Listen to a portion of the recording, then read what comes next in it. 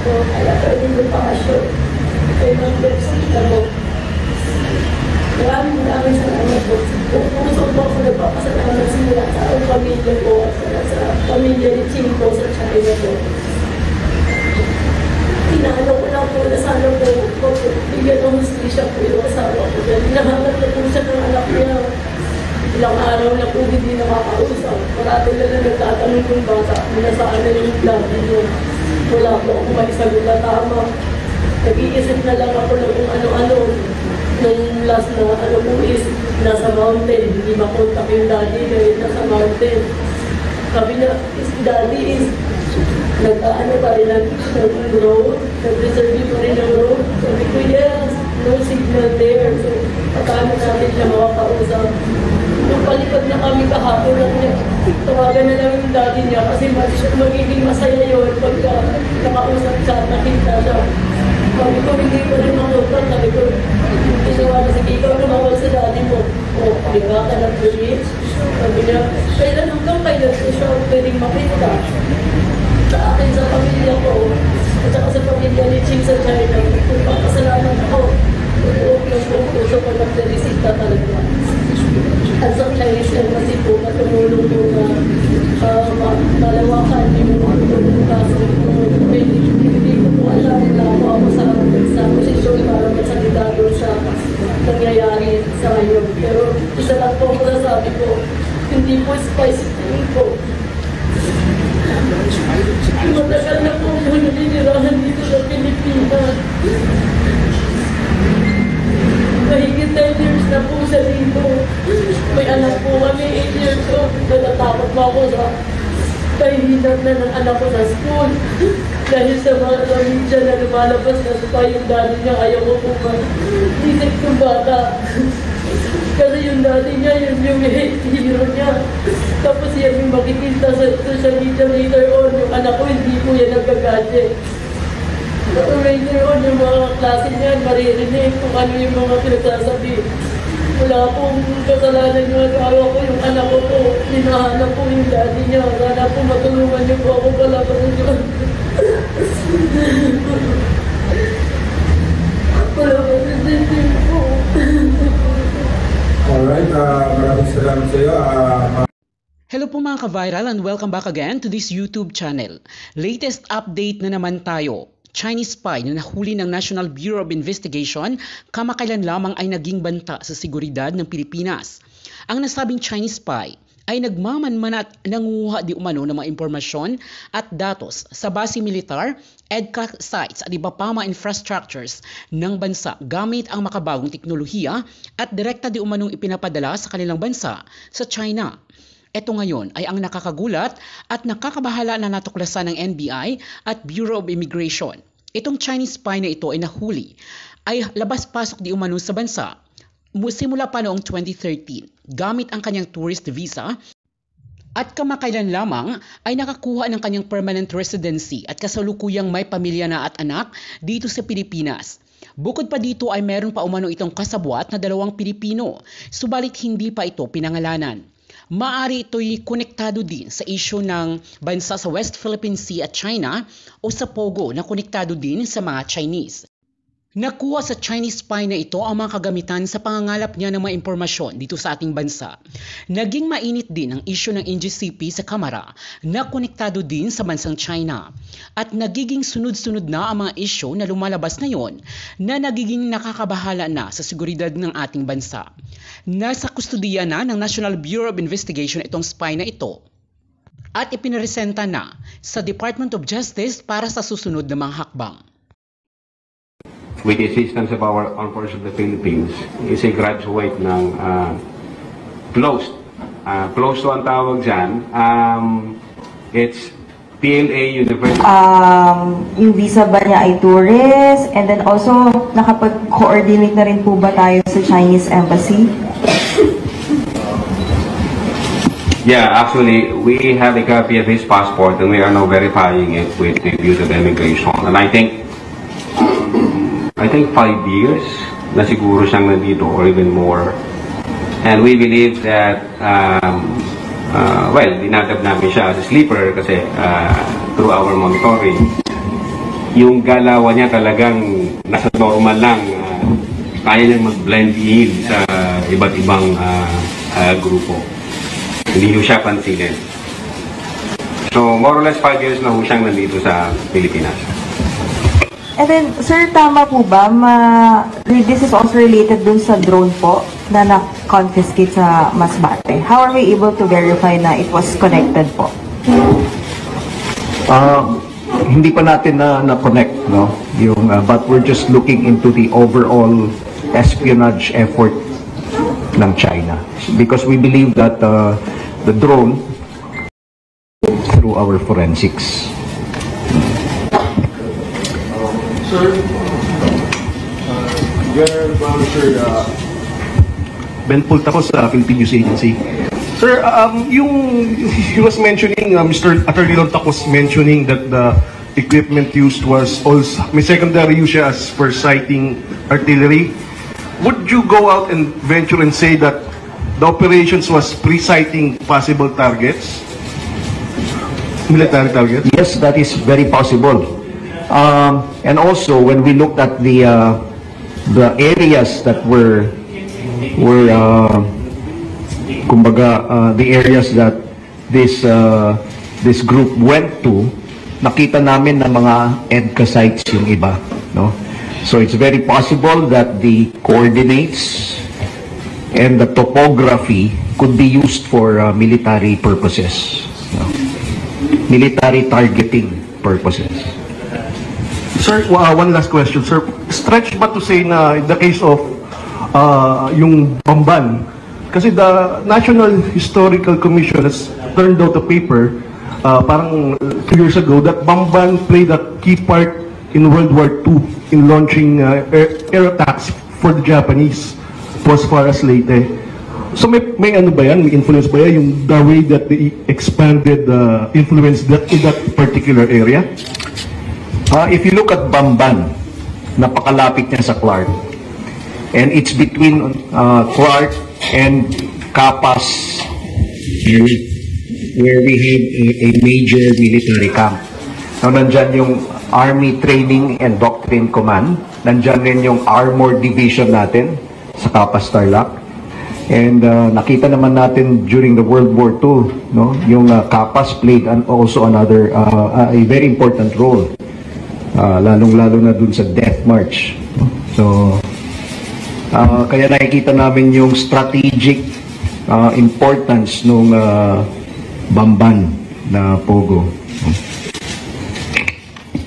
Sir, ginawa nito, yung po bang mga data, mga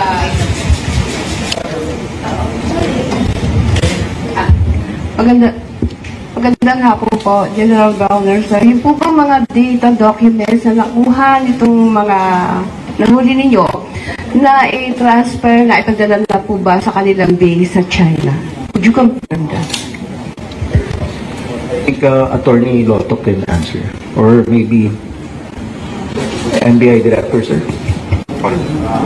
Possibly, no? Possibly. Kasi they are using yung equipment na real-time kinematics and global navigation satellite system. Kaya possibly na-transmit na nila on real-time. As soon as they get the information, transmitted agad.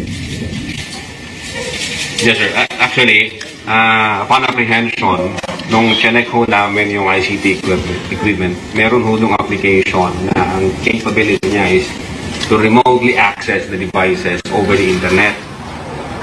May nakita ho kaming profile name doon, written in Chinese character, which is actively siphoning the data from the ICT equipment. So we believe na is real time, habang nag-collect sila ng data from different sites, automatically collect ito ng user remotely over the internet.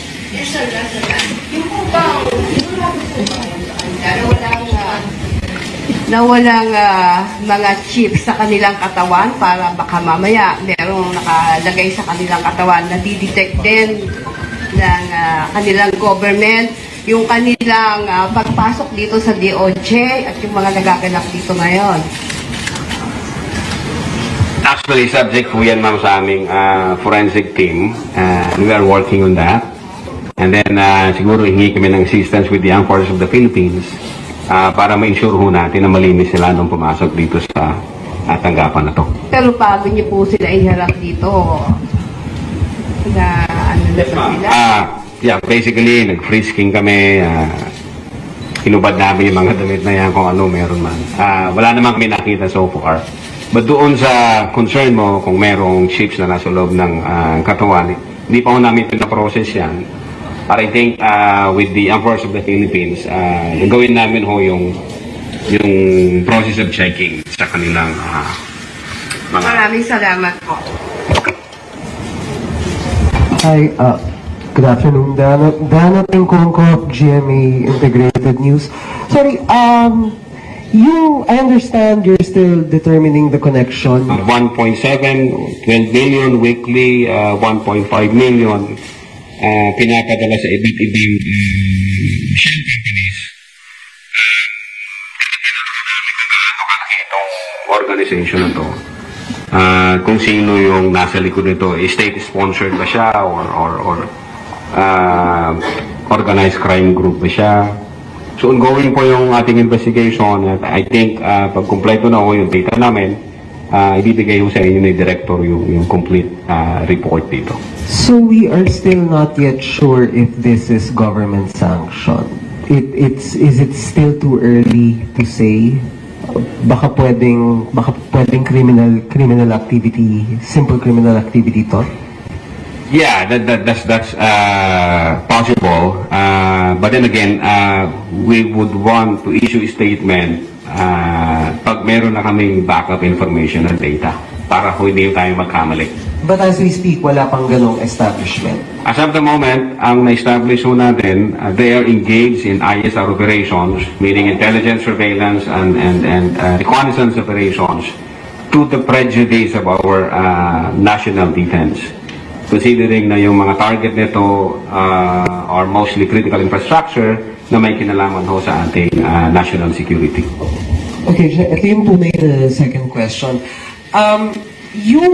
The way na discover ito is through tips, as you mentioned, General Browner, human intelligence, nagsusumbong yung mga tao, even yung sa ibang incidents, galing din sa tao, yung pagbibigay ng impormasyon. Would you say na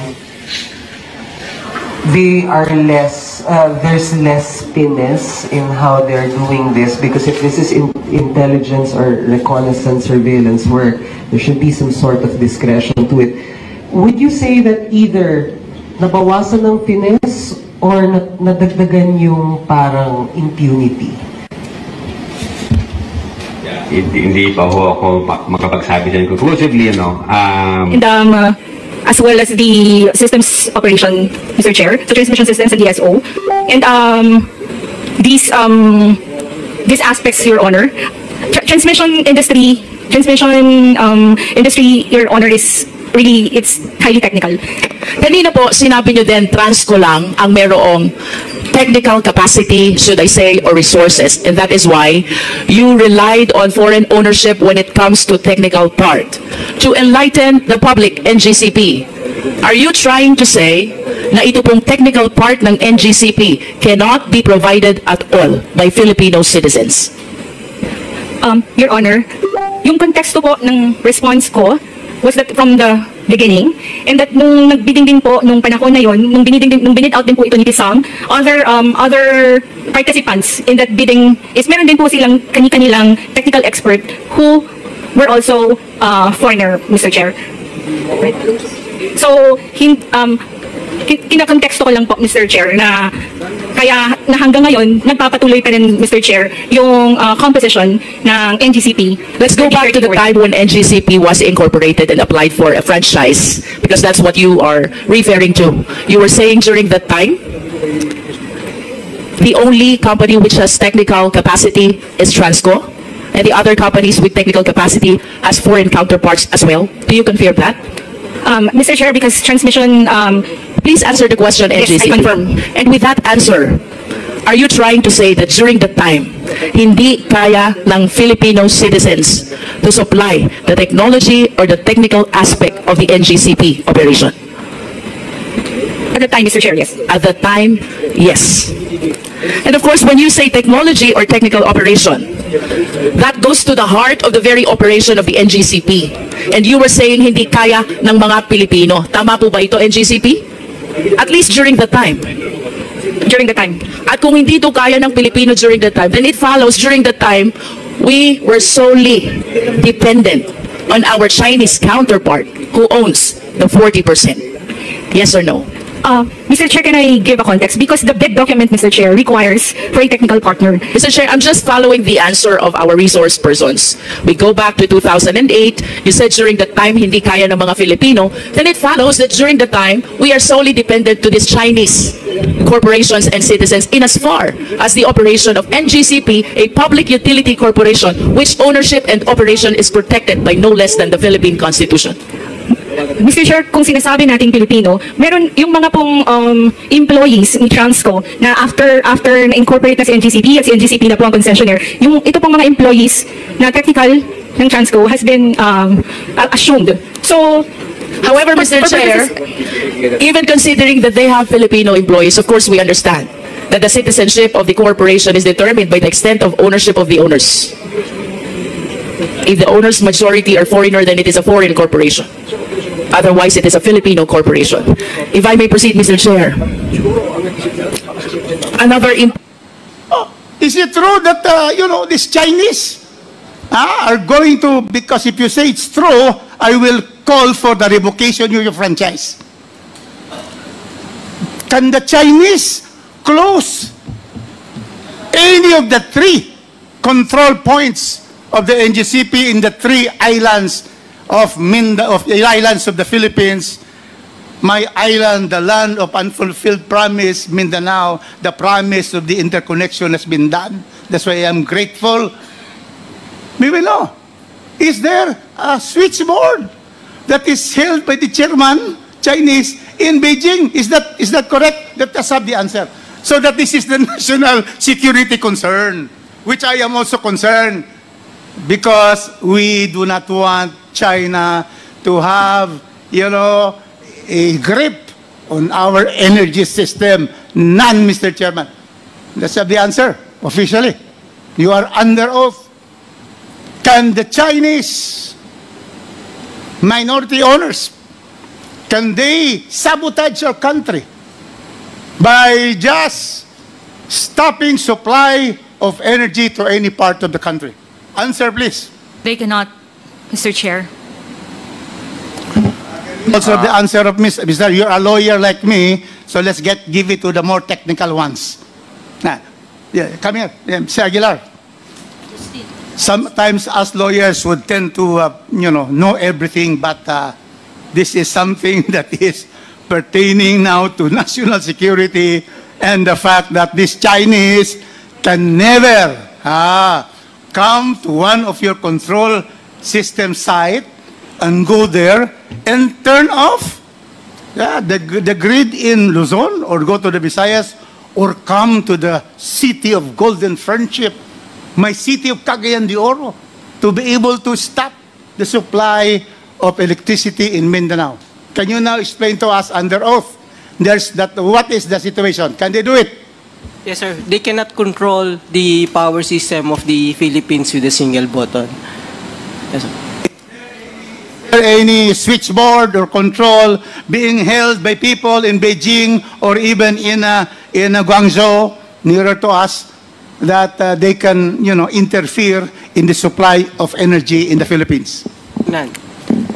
None, sir. And if they try to come to the 3 points, are you going to shoot them, which I suggest, to sabotage our supply? Will you do that, Mr. Aguilar? Do you have a gun? He's Mr. Agustin. Mr. Agustin. Oh, I mean, will you allow a Chinese like me, singkit looking, yes, sir, to go there and then, disperse with the 3-man team and then put a button that will stop supply in Luzon? Can that happen? We will not allow that to happen, but I think we will not shoot them, sir. We should shoot them if they do that, because that is part of self-defense. So, Mr. Chairman, with all these testimonies from, first, the ERC, second, the SEC, third, the BIR, through my statement, and the NGCP. So, Mr. Chairman, in this committee, what are we talking about? What are we talking about? What do you want to do with NGCP? It has complied with all of the requirements of the franchise. It has complied with the Constitution. So that is what the question is, but you don't have to answer. Because that is the prerogative of the Committee on Franchise to look into all the franchises of this country and be able to evaluate their performance and have even a motu proprio investigation. So thank you so much for the opportunity, Mr. Chairman. Again, Cagayan de Oro and Mindanao is thankful for the interconnection of our lines to the Visayas and to Thank you Mindanao. very much. The Honorable President is recognized. Thank you, Mr. Chair. So I have only short manifestation since we have the motto proprio for NGCP, no? After this hearing, maybe in the next 2 hearings, pag wala ho tayong resulta na hindi bumaba ang presyo ng kuryente natin, ay wala rin ho mangyayari. That's why when we came here with Congressman Dago, naka-prepare kami some solutions, some formula how to lower the price of electricity. I hope when this has been said and done, sana po hindi masayang po itong ating hearing. So I'm also in favor sa majority na mga questions na, but at the end of the day, it's about the presyo, no? Yung mababang kuryente. So I hope, Mr. Chair, in the next committee, in the next hearing, matakal din natin because we prepared a lot of questions how to lower the price of electricity in the Philippines. Thank you very much, Mr. Chair. Thank you very much, Honorable De Jesus. Since there are no other interpellators, As a general statement, do you agree? No, ma'am. Ibig sabihin mo, you're the one using the system of China. Mas marami kang alam kesa nag-create ng system? No, ma'am. As I've said... This is a general statement, NGCP. It is not my intention to undermine the technical know-how of people from the NGCP, but logically speaking, ang sabi, the creature cannot become higher than its creator. I believe that the one who created knows more and knows better about the system than the one using the system. Do you agree? I disagree, ma'am. Say, for example, baba, meron akong laptop, computer, it's made in the US or in China. That does not mean the manufacturer can remotely use my device. Kung analogy po, ma'am, ang pinag-uusapan.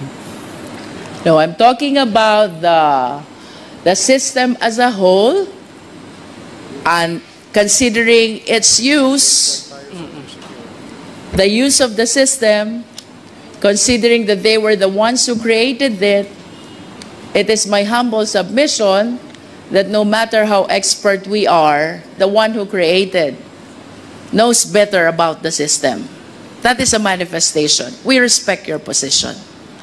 To continue, Mr. Chair. Mr. Chair. Mr. Chairman. Romy Ako. With the indulgence of the Honorable Luistro, because I'm interested in the point she was making a while ago. I did not get it clearly, yung sagot po ng resource person. May I ask some clarificatory questions, Mr. Chair?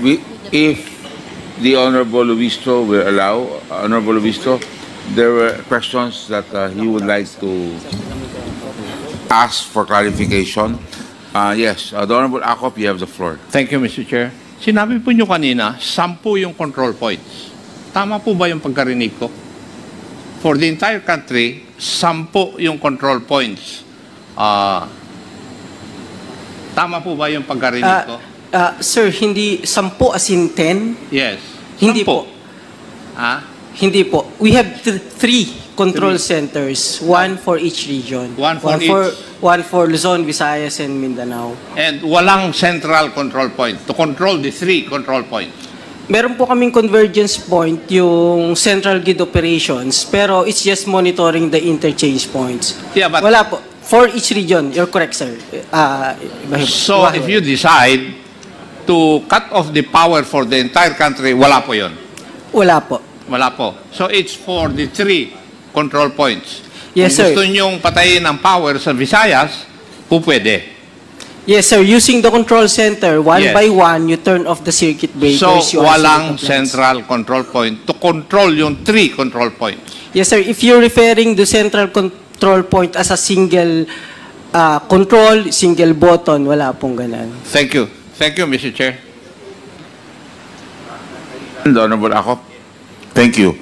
So, the Honorable Jinky Luistro, you still have the floor. Mr. Chair, just a interjection. With the indulgence of Congresswoman Yes, Luistro, yes, agreed. na medyo nakiliti lang ako dun sa tanong ni Congressman Acop. If I may ask, this is a technical question.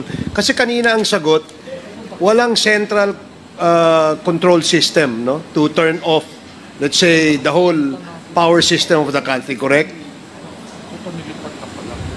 Sir, we have a control center, pero walang single button to turn it off. Okay. Yes. Now, can anyone just turn it off like that? Anong proseso pag turn off niyan? Sinong may approval? Yun. We have on-duty system operators. So yung duty lang ang nando doon. Halimbawa, yung naka-on duty, kinurap nung isang kalaban ng bansa. At sinabi, patayin mo lahat nung yung area ng kuryente nung area yon. Can they do that? What do you mean by corrupt? In-instructan? Oh, in-instruct. Oh. They should not follow. It's not part of their duty, sir. No. What was that again? Hindi. Ibig sabihin, sir, how could they do that? Why would they follow the instruction of other people from other countries? In simple analogy, ganito lang yan. Ano? Sabi mo kasi, it can just be turned off just like that. Yes, sir. Diba? Now, ang tanong ko, sino ang pwedeng magsabi i-turn off yan? At kung